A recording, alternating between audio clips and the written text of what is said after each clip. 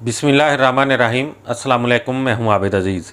इस व्लॉग में मैं जिस होम्योपैथिक मेडिसिन को डिस्क्राइब करने जा रहा हूं उसे एपिकाक कहा जाता है।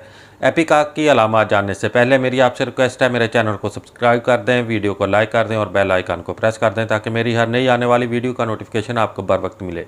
एपिकाक की अलामात में मैदा में तशन्नुजी असर से मतली और फेफड़ों में तशन्नुजी असर से खांसी या सांस फूलने की तकलीफ़ लाक होती है।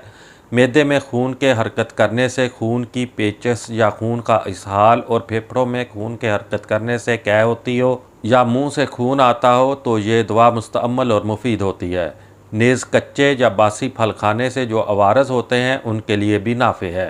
किसी भी बीमारी में मुसलसल और लगातार मतली, मैदा ढीला महसूस हो जैसे नीचे लटक रहा हो, चमकदार सुरख खून का सैलान जिस्म के किसी भी मखरज से हो, काली खांसी में बच्चा सांस खो बैठे, सर में एक जानब का दर्द मतली और कै के साथ, सर चकराए, चेहरा जर्द हो, सख्त मतली और कै हो, पेट में दर्द, खून की कै, नाफ के गिर्द सख्त दर्द, सब्ज़ गैस जैसी आऊँ मिली पेचस, मरोड़ के साथ खून हो या शीरा की मानद बिल्कुल स्याह मगर दर्द के साथ पेशाब मिला खून खारिज हो। ख़वातीन में हैज़ बहुत कबल अज़ वक्त और कसीर मकदार में सुरख खून के लोथड़े खारिज हों, सीना में बलगम भरा हुआ महसूस हो जो खांसने से खारिज ना हो, फेफड़ों की अंदर वाली नाली हवा की नालियों में गरगराहट, बेदम करने वाली खांसी, खांसने में बलगम की कै हो जाए, मुंह से खून का आ जाना, लर्जे के साथ बुखार जो गर्म कमरे में या बैरूनी गर्मी से ज़्यादा हो, पानी पीने से या खुली हवा में सर्दी कम हो,